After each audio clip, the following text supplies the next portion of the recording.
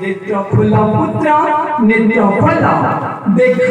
तुम्हें जहाँ को स्मरण करुच से देव देव महादेव स्वयं सम्मुखरे उभा नेत्र फल पुत्र नेत्र फल रे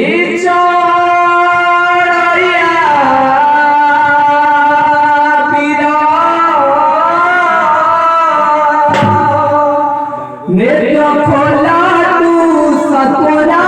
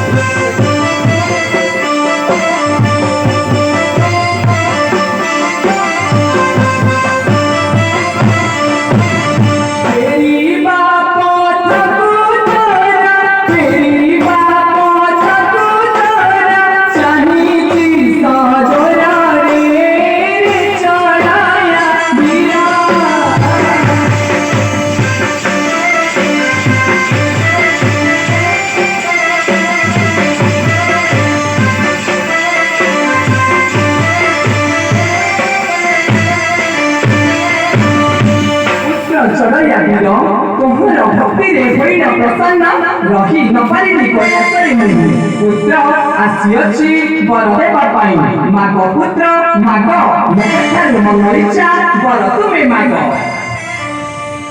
हे प्रभु हे शंकर मुझे भक्ति जब तुयच प्रसन्न तेरे नारायण परंतु प्रदान नाना पक्षी गधि भी बनवे यही आशीष परंतु प्रदान हम प्रभु यही आशीष परंतु प्रदान पुत्र चढ़या पीर सुररी चढ़या पीर नर पाई जेबे मारिलु बर मारिलु बर रे एबे सत्य परम आदर चढ़या रे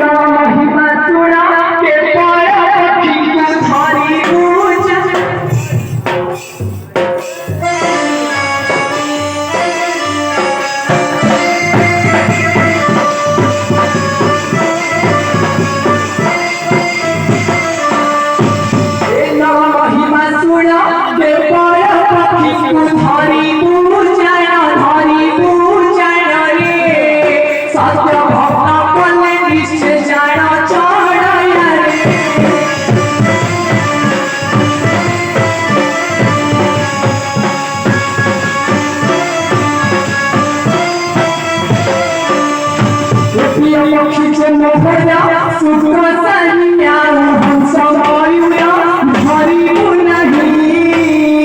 प्रिय पक्षी हटे मोर सेहि धरिबु नहीं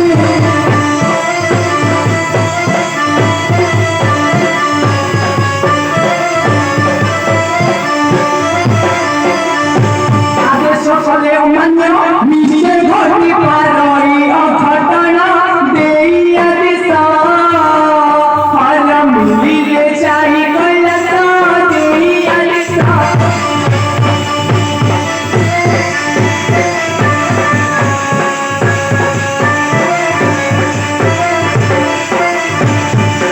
चढ़ाया वीर मोहर प्रिय पक्षी छाड़ी अन्य पक्षी धरिगले तुही देवी एबे चढ़िया को लड़ देई आसजिबा कैलास निय एही नळधनटीको निय सुख काचे होइब सफल एक्राम बन केबे नजिबुरे तुली एरे कालु बन पक्षी धरिगले